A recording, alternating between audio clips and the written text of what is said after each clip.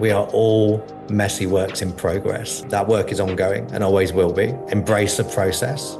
Taking that driving seat of change is really important because change is inevitable. Is it going to happen to you, or you maintain your fixed mindset? Or are you going to embrace that opportunity for growth, whatever form that looks like?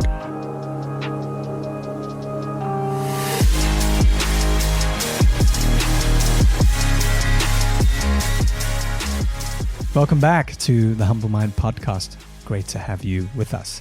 Today, I'm joined by Jason Leavy, who is the founder of Prime Performance Labs. He's also a former journalist, a creative leader, C-suite leader.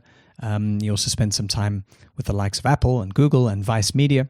And now Jason works with executives, founders, leadership teams around the world with a specific focus of those who operate in really high pressure, high demand situations and environments. These are the kinds of people who might look fine on paper, but underneath there's a different story to tell, or perhaps more accurately, that they might not be telling.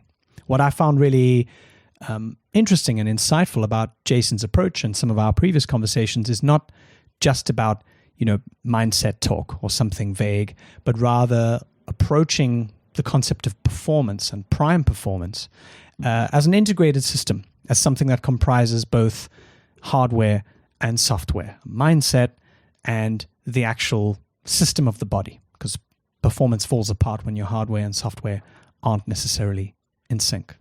So Jason, hopefully I did justice to that, and welcome to the Humble Mind podcast.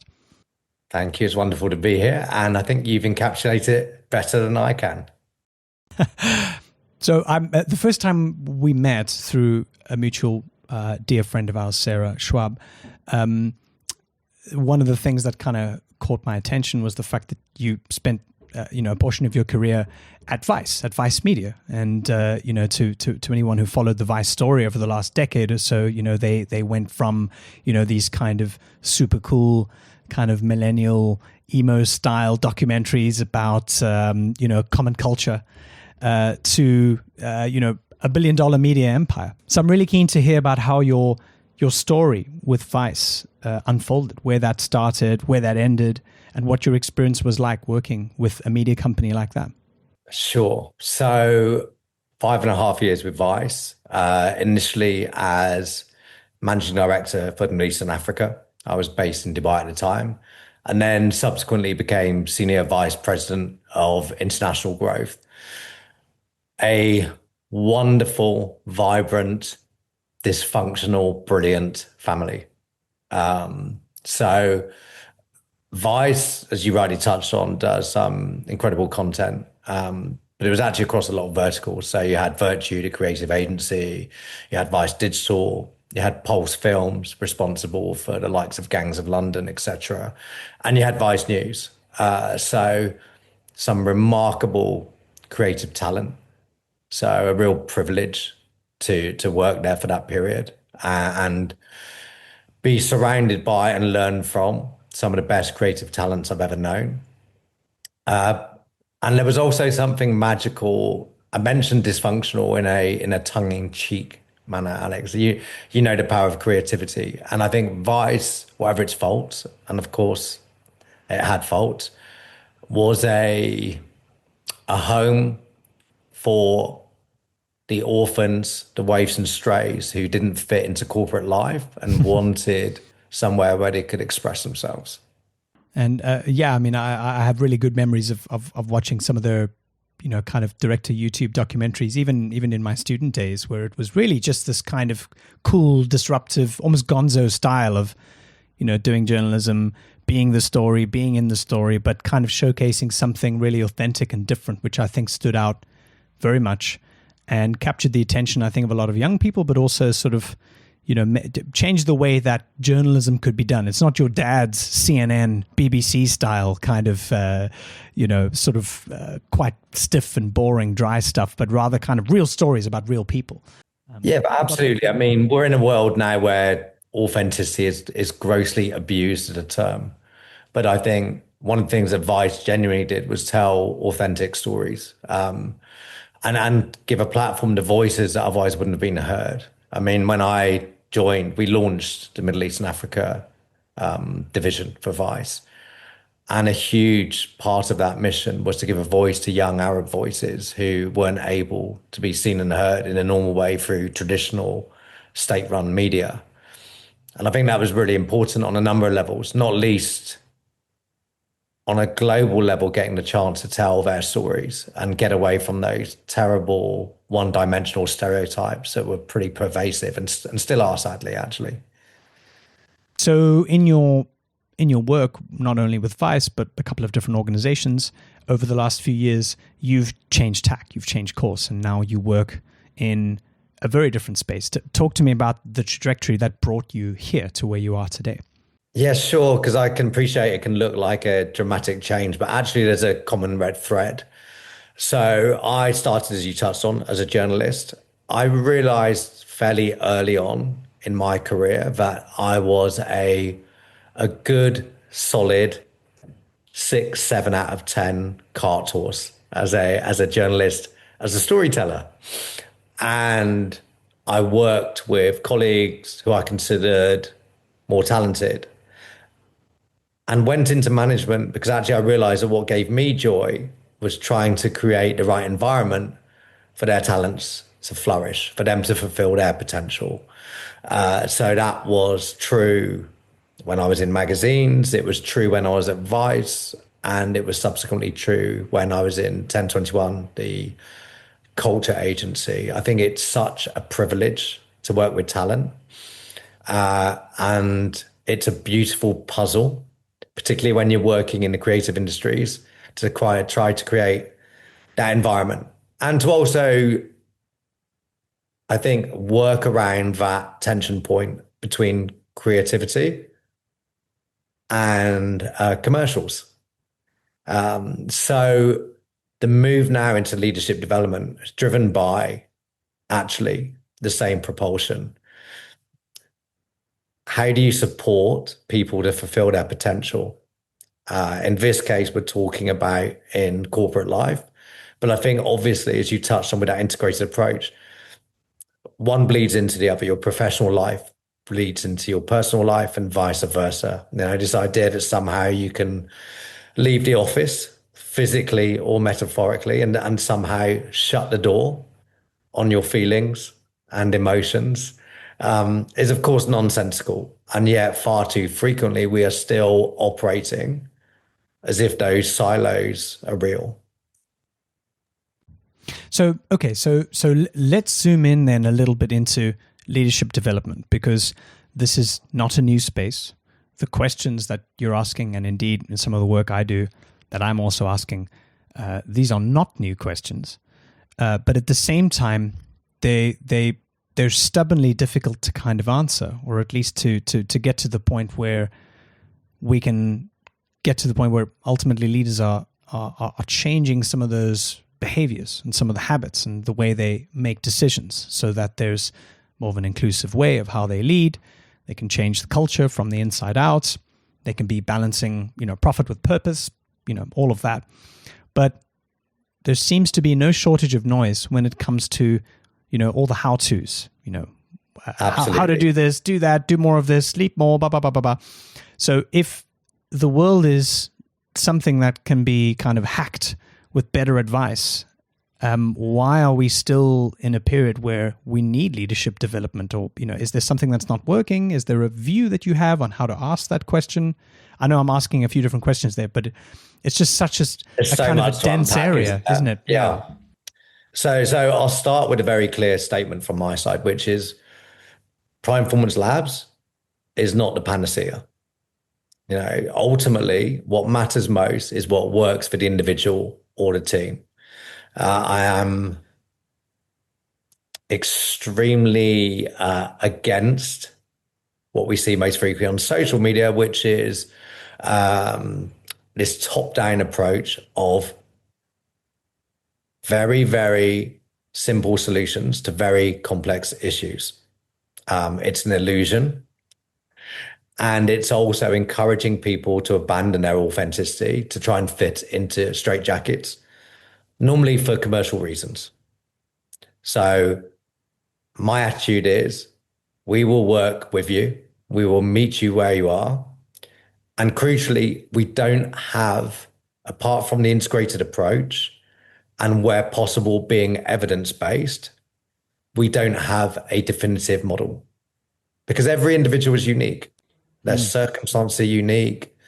Their challenges are unique. And so each one requires bespoke work. There's a second very important piece here, which again, I think is really important to convey. We're in a world where far too frequently there are not just prescriptions, but there are hacks or fixes. Again, we're very explicit with anyone we work with. Our role is not to fix anyone. That's their job. They must have agency over their life and their behaviors. I think the reality is many people are stuck because they've got so much going on in their head and in their life and workplace. So our role is to help them understand their status quo, help them understand their relationship with their external environment, and that allows them to make informed decisions about what they want to do. Because the one thing that we all know, change is really, really difficult. We spoke about this before. Simple does not equal easy. And I think one of the issues that I have with traditional leadership development and with the well-being industry is this sense of shaming at times. This is so obvious. Why aren't you doing it? And it ignores the fact that we are complex, messy, wonderful creatures. We're not robots. And change is damn difficult. Yeah, well said. I particularly really resonate with what you said about the fact that it isn't about being fixed from the outside, but rather realizing that there's a sense of agency that everyone has around the things that they're in control of and the things that they're not in control of. And as much as we might want to lament all the things that we can't control, things that we can't fix right away, we can, it's like that way of defining responsibility, ability to respond, which is an oldie, but a goldie. That's right. Because really, it's true, right? Yeah. I mean, let's take a very binary issue that's flavor of the moment, which is sleep. Now, we will, based on evidence, advise anyone we're working with about the importance of sleep, not just in terms of physical rest, but in terms of it's really important for the learning process of the brain, recharging your cognitive resources, not just your physical energy. Balance against that. Imagine you're a founder. You're doing 16-hour days. You're in a sprint. Again, we have to meet people where they are. Look, we can share with you the evidence, but if you are completely in the trenches and also loving your work and getting reward and purpose from that, then it's a perfect example of where there'd be occasional trade-offs. And that's okay. This idea of, okay, you should be getting 8 hours a night definitively. Otherwise, you're going to die 10 years early. I don't think it's remotely helpful. I don't think it's constructive. And I think there's an element of patronizing very intelligent, smart leaders, whether they're founders, entrepreneurs, or executives. Share the evidence, support them, shine a light on possible pathways. But again, let them do them. I suppose so many of these kinds of things become a lot more necessary, or perhaps something that someone maybe for the first time is forced to look at or to reflect on after there's been some kind of crisis, after there's been some sort of burnout or an episode where, whoa, okay, I've kind of, I've neglected my health, or I've not paid attention to this, or, I'm not sleeping properly, I'm not spending enough time with my family, whatever those things. And they kind of culminate into sometimes a total crisis or perhaps a huge health episode of some kind. And then there's the, okay, I've got to change. Do you think that it's only possible to make those kinds of changes after we've come into direct contact with something sometimes really painful or something really difficult, or not? Do you think that we have to have that kind of brush with a difficult experience in order to realize it for ourselves, or is there a way to preemptively realize that before, the pain sets in? So rationally, there's a way to recognize it preemptively. There's a reality where a certain level of pain will induce a quicker response. So let's look at reality. We work with a lot of people who operate in what we call the simmering six. That's that 6 out of 10 zone where they are trying their best, but know they're falling short of what would constitute their 10 out of 10. So we all know the symptoms of the simmering six. The optics are you're still getting the job done, but you're feeling always on, you're exhausted, your sleep is probably problematic, you have the occasional brain fog. So many people will prefer the pain of the familiar to the unknown that is change. So they will sit in that simmering six until an event. And that might be something like reaching the point of burnout. It might be something like a redundancy or some sort of change in the workplace or in their personal life. And that's the trigger. But these symptoms have obviously been building prior to that. And our premise is very much that you don't let it get to that stage. The amount of individuals who are willing to do prehab rather than rehab is obviously smaller. But it's also why we focus a lot on performance, which I think, again, is a very misunderstood term because it's been appropriated by a certain niche, shall we say, diplomatically. We're very clear about performance is simply showing up at your best, which is why we refer to prime as well, because prime is a relative term. This is about you at your best, not you compared to a colleague, not you compared to Elon Musk's daily routine. And again, performance in this context is not just your best as an entrepreneur, as a founder, it's your best as a partner, as a parent. This for me still constitutes performance. And I think there's a critical difference between performance and performative. And the latter is the illusionary, narcissistic type of performance that's promoted through social media frequently. Yeah, well said. I'm reminded of that old quote, comparison is the thief of joy. Absolutely. And it's easy to get lost in these kind of, I should be there, or why aren't I doing this? And that was something that used to affect me personally for years. I was like, I really should be, running a 25-person startup in Manhattan or London right now. What am I doing with my life?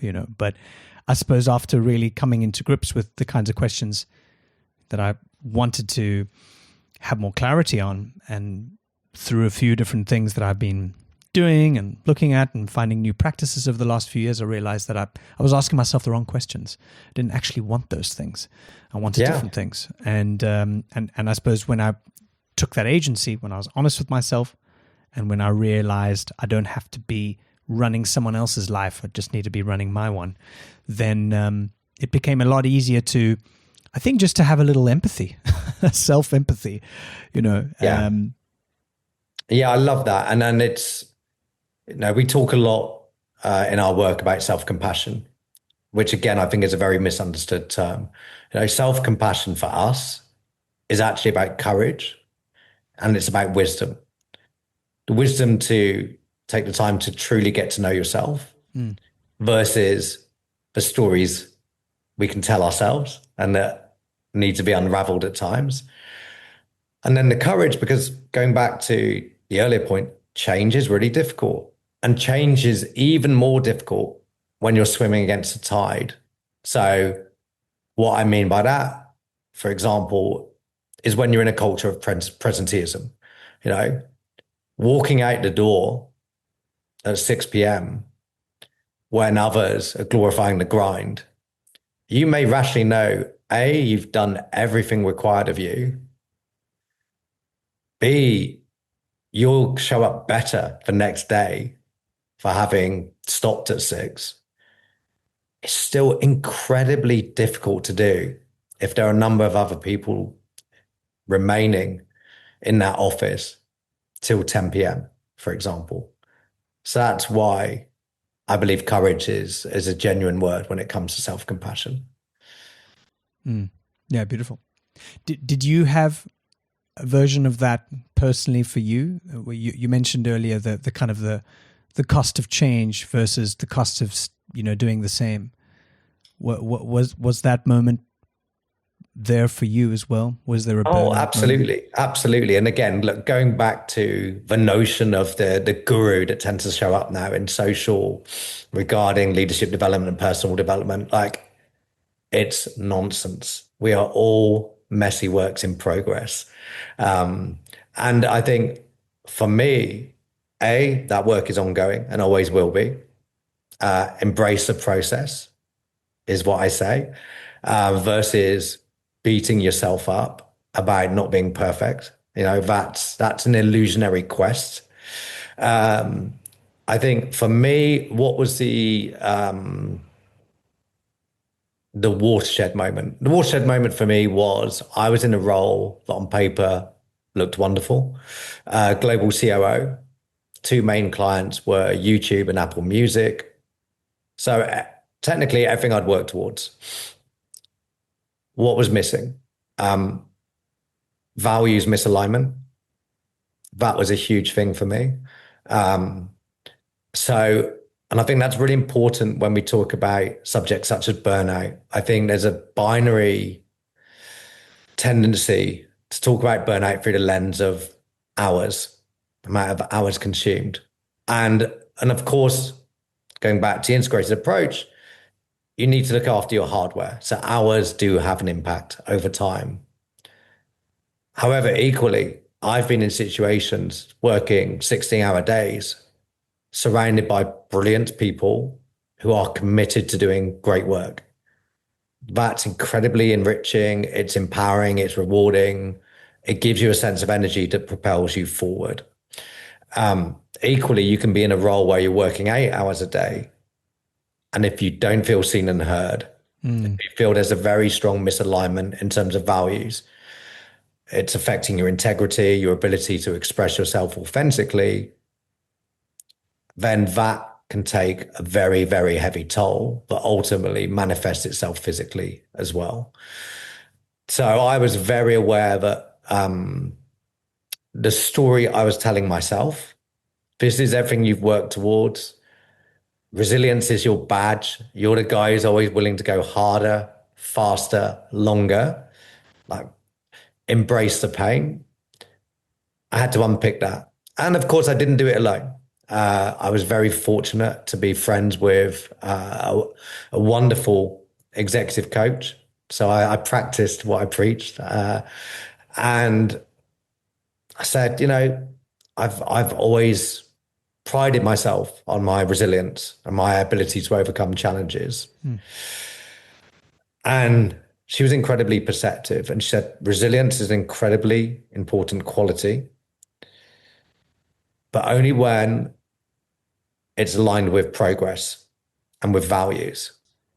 And the type of resilience you're experiencing at the moment is like a rugby prop forward smashing his head into the scrum every day and going nowhere Yeah. and just doing damage to himself. Mm.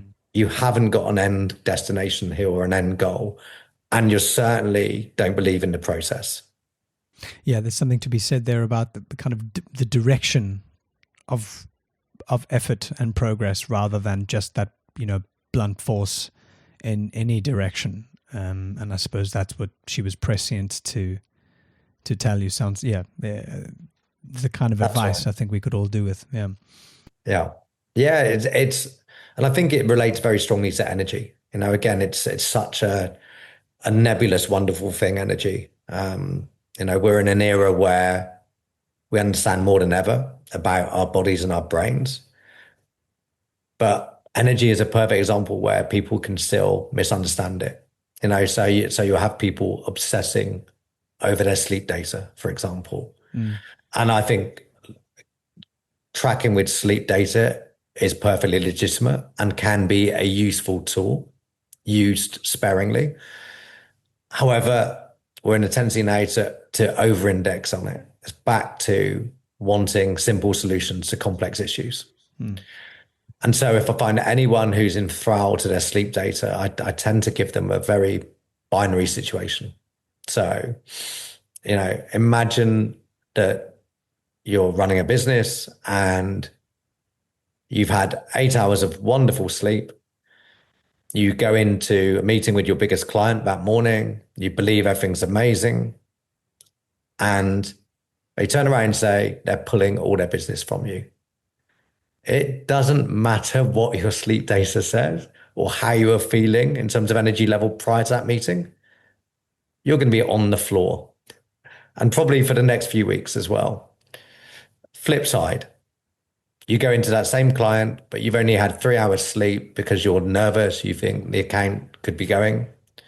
And you turn around and say they're going to double their business with you. Now, you may have only had 3 hours sleep. You may have walked into that meeting feeling like an extra from The Walking Dead. You're walking out of there ready to do 12 rounds with Mike Tyson. That's the magic of energy. And so again, it goes back to the importance of really understanding our own data and interpreting our own data rather than constantly seeking to outsource it. Yeah. I suppose also this coming back to this idea of performance not being performative and not being something that is at the mercy of being compared to someone else.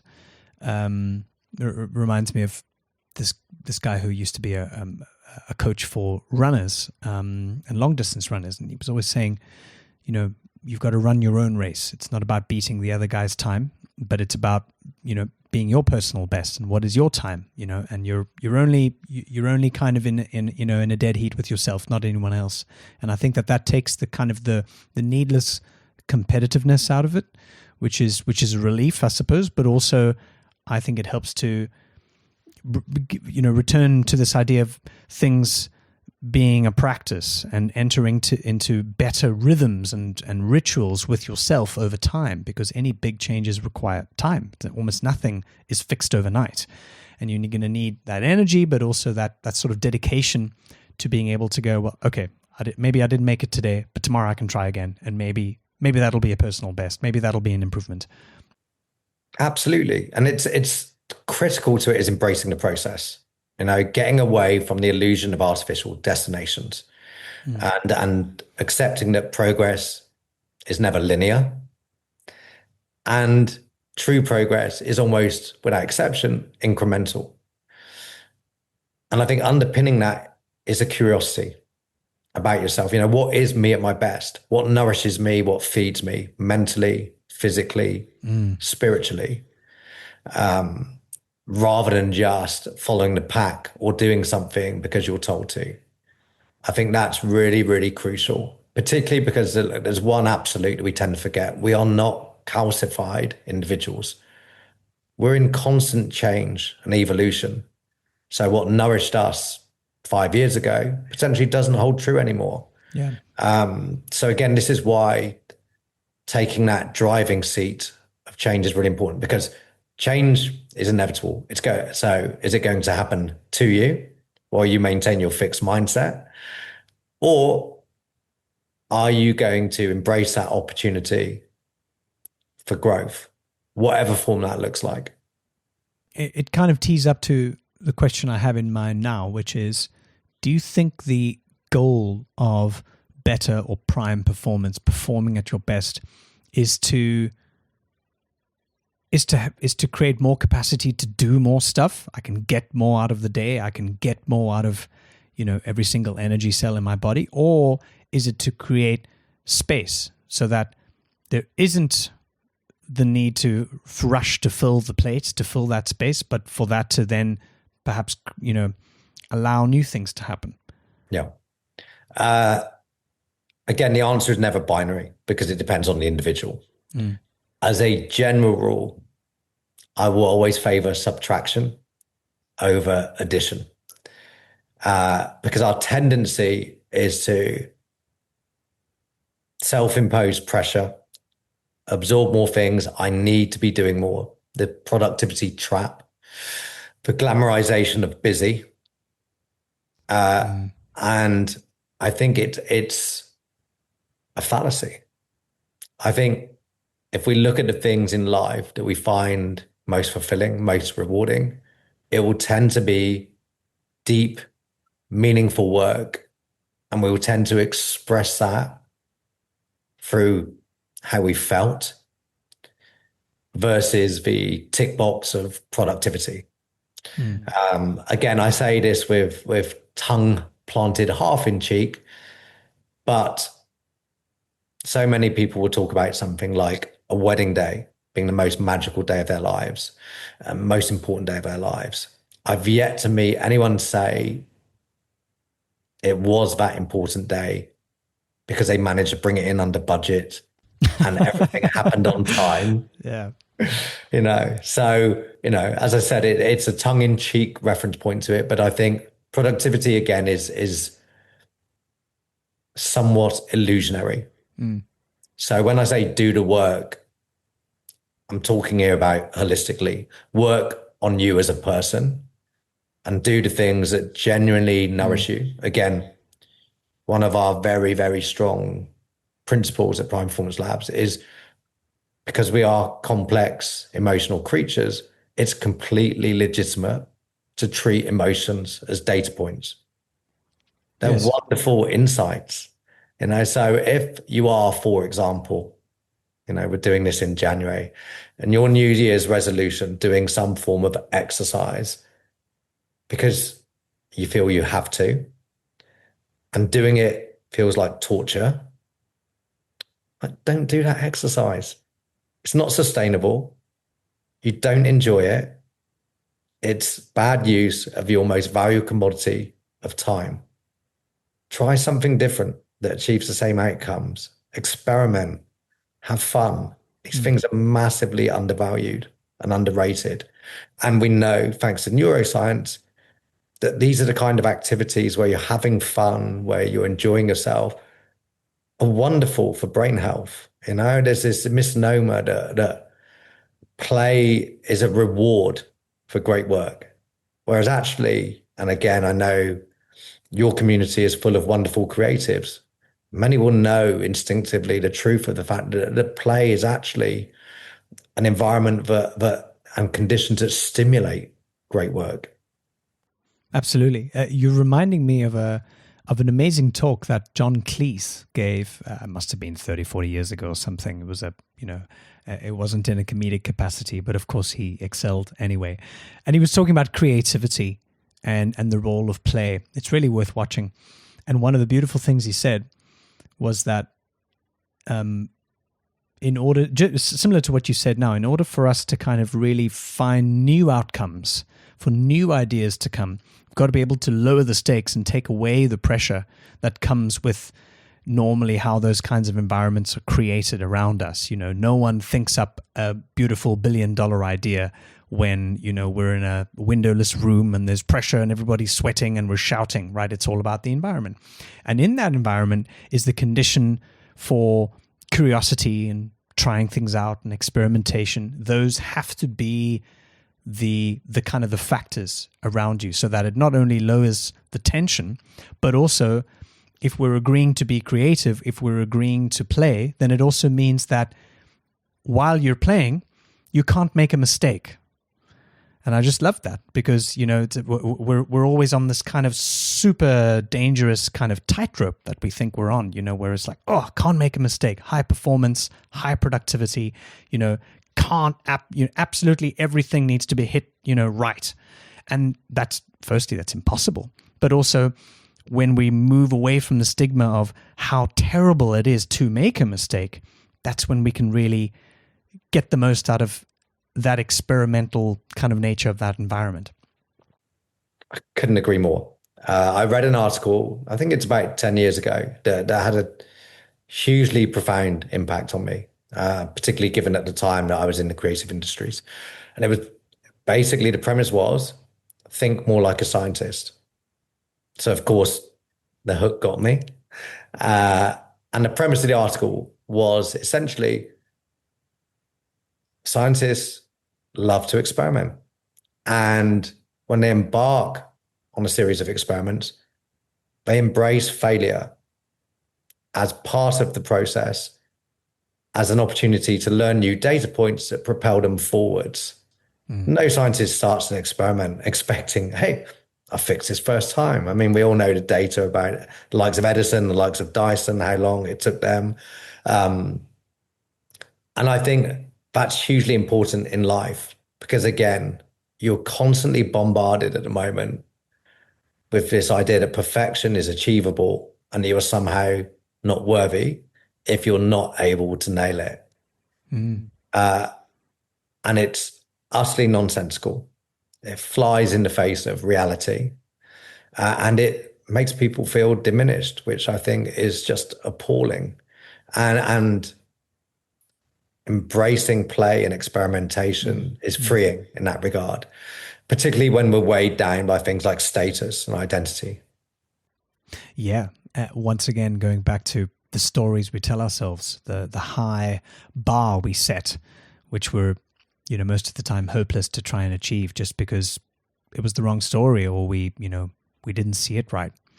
Yeah, and I suppose also when we're looking at this through the lens of those high stakes in the need to perform, we can talk about celebrating failure, that old Steve Ballmer quote, to increase your rate of success, increase your rate of failure.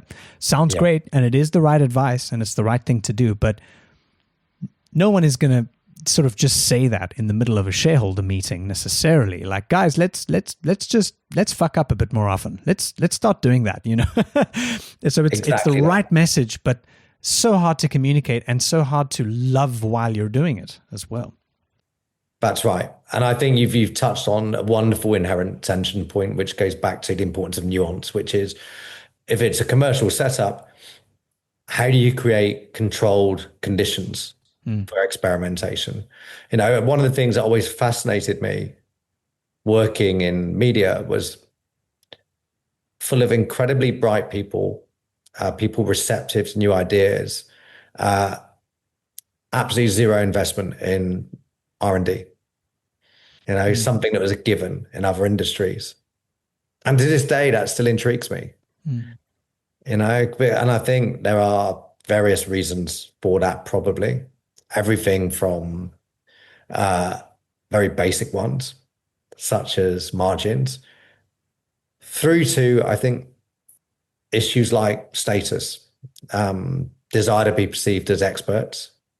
Yes. Right. So one of the things I feel very strongly, and I think this certainly applies to me, is I'm an explorer. I'm no expert. For me, I'm constantly learning, growing, evolving.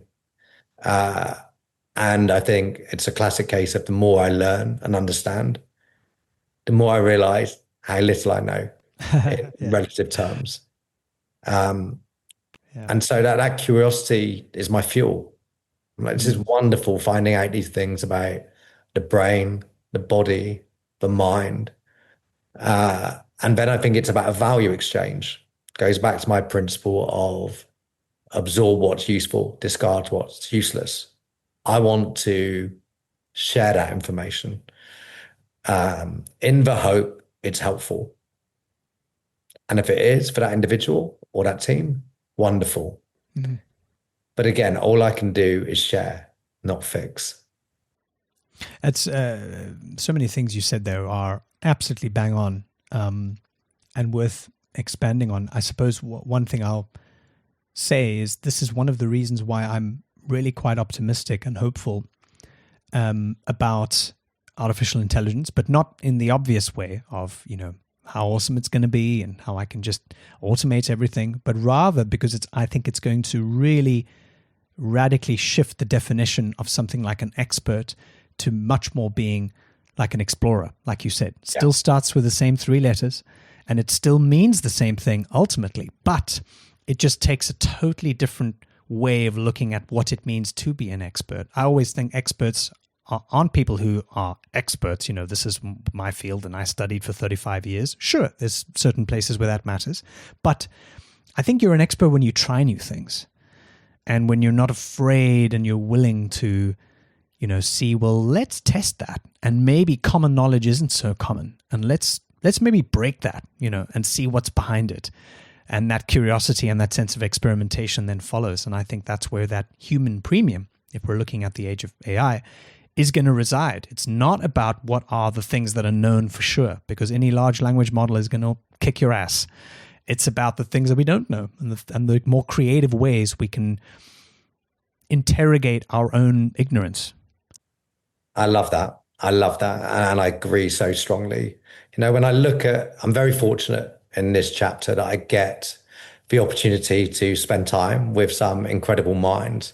I use the word great very cautiously, but I believe some of them are great in terms of not just their brains, but their humanity, their compassion, their empathy. What are the defining features that they display even when they're working in different realms? It's integrity. But also, I think a crucial one is humility. And I don't mean the false kind of humility. I mean in the sense of none of them would describe themselves as experts. Absolutely none. It's a very strong self-awareness of where they are. I work with a cognitive neuroscientist, an amazing woman called Samira Kut, who works with Prime Performance Labs. She's based in Dubai. Samira is a perfect example of that. Deep knowledge, empathy, experience, expertise. And one of her constant refrains is, we're all just in the room, stumbling around, trying to find a light switch. And I think I'm inspired by that curiosity, that desire to learn. And again, that desire to share with others and use that knowledge to lift everybody else up. Yeah, totally. And I agree with what you say about humility. I mean, that's why, I love the name Humble Mind, because it kind of expresses this idea of someone who has an open mind, but an open heart. And the open heart part is probably the most important part, because we can't hold on to things vainly that we think we know or think we own, or this is my area, or this is what I know, because that vanishes, that just changes. Life is precious in so many ways. And so the only option is to be humble, and for it to okay, easy come, easy go. That's okay. Let's see what else is out there. Let's see what else I can greet with an open hand rather than a closed fist, which I think is a useful way of approaching any kind of problem. It really is. It really, really is. I think this, one of the challenges in politics at the moment is, again, this tendency to promote simple fixes to very complex problems, and this idea that you can just bulldozer through very complex societal issues just through force of will. And it's incredibly detrimental on so many levels. It's and ultimately doesn't tend to deliver positive, sustainable, long-term change. Is there a way that you think about vulnerability? Because I think that's another super important, absolutely anchoring concept, but it's also sometimes mired or delivered in the kind of language that sort of snaps you into thinking like, oh God, now I need to, cry on cue, or, I've got to, use certain words I'm not, usually comfortable using. Is there a sort of a kind of an idiot's guide to thinking about vulnerability in a way that really does communicate what it should mean, and the value of real vulnerability, being authentic? I'm so glad you raised this, because I have very strong views on this. vulnerability is intrinsically linked to courage. Mm. So if I look at great leadership, what does it involve? It means being willing to lead into the unknown. It means being willing to stand up and be counted when the outcome isn't predetermined. So the very act, the courageous act of leading, vulnerability is a prerequisite of that behavior. Anyone can lead if it is easy. Anyone could lead if they know what the outcome is, right? To step into the unknown requires courage and vulnerability. They are two sides of the same coin. Mm. Even down to the root of the word courage comes from the French coeur, which is the heart. So it's straight from there, and that's where the greatest things we have to teach come from. Not from our heads, but from who we are. Yeah. Again, mind-body connection. Mm. Mm. It's this again of emotions as data. This idea that the greatest leaders that I've worked with, that I've met, and if we look at leaders in the broadest sense, and I'm therefore including areas like elite military, elite sport, because I know some incredible leaders in those arenas as well. They all experience fear. Yeah. Again, this performative nonsense that you see at the moment in the public arena is a brittle, false confidence. You speak to any of these leaders who really have stepped into the truest arenas, and they'll say fear is part and parcel of it. And actually, that's what makes their acts even more impressive. But they accept that, they sit with fear. But again, emotions as data, they're aware of it, but they don't allow it to rule their behaviors. Mm. Because frequently the aggressive behavior we see far too frequently now is a manifestation of fear. So it's a fight or flight response. And it's ugly and it's destructive. I'm so glad that you're creating these sorts of spaces for not just leaders, but for, I suppose, the people who follow leaders, everyone else ultimately, to be able to take just little baby steps into these kinds of conversation spaces, into better acquaintance with these kinds of tools, because it just has that net positive effect. How could it not? This is it, right? And again, neuroscience teaches us this. Moods are infectious, behaviors are adopted.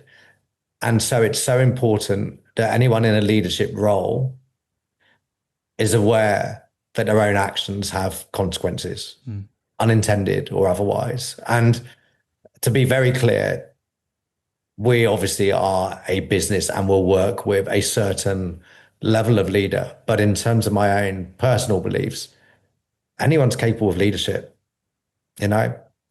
People show up every day acting as a leader. It's not defined by a title. The guy that jumps into the sea to try to save somebody, that's while others decide to instead film it on their mobile. I know which individual I consider a leader in that type of situation. Mm-hmm. Beautiful. I've really enjoyed our conversation, and I know that there will be many more. Before we go, what's in store for Prime Performance Labs and your journey this year, 2026? What can we look forward to seeing? Great question. Where do I start? Yes. So many variables in life. I hope this doesn't sound as twee as it potentially can. Focus on doing great work with people who want to put the work in. And that's a critical part, but sometimes missed out. The type of relationships we have with leaders require collaboration and require shared ownership. There is nothing more powerful rewarding and fulfilling as getting the opportunity to work with great people who want to change for the right reasons. So it's a real privilege when I think about some of our existing clients. It's such a privilege to get to work with them, because going back to what truly is performance, they want to show up better in life, not just for themselves, but as a true leader for everybody around them. So that may be a female CEO who wants to create an environment of business success, but also a wonderful company culture and nurture her team. She wants to be a wonderful wife, a wonderful mother. Like, these are the individuals who are coming from the right place, who are navigating complexity, turbulence, volatility. And so rarely, they are devoting all their time and energy to looking after others. The question is frequently, who is looking after them? So get the opportunity to do that and do that work with them. More of the same, please. More of that, please. Well, I can see it's an area for you that feels like play, feels like fun. And that's where the best work is done. Yeah. So thank you. Thanks for embodying a humble mind in everything that you do, and definitely keep a close eye on what you're up to. And happy to have you on in the future again. Thank you for a beautiful conversation. Alex, thank you so much. This is a perfect example of the type of conversation that I take so much from. Thank you, mate. Thanks for listening to this episode of Humble Mind. I hope you enjoyed it. If you're curious to take a look at our community, if you're not a member, you're missing out. Make sure you head to humblemind.co to check out more and to see what we're up to. I look forward to seeing you there. Until next time.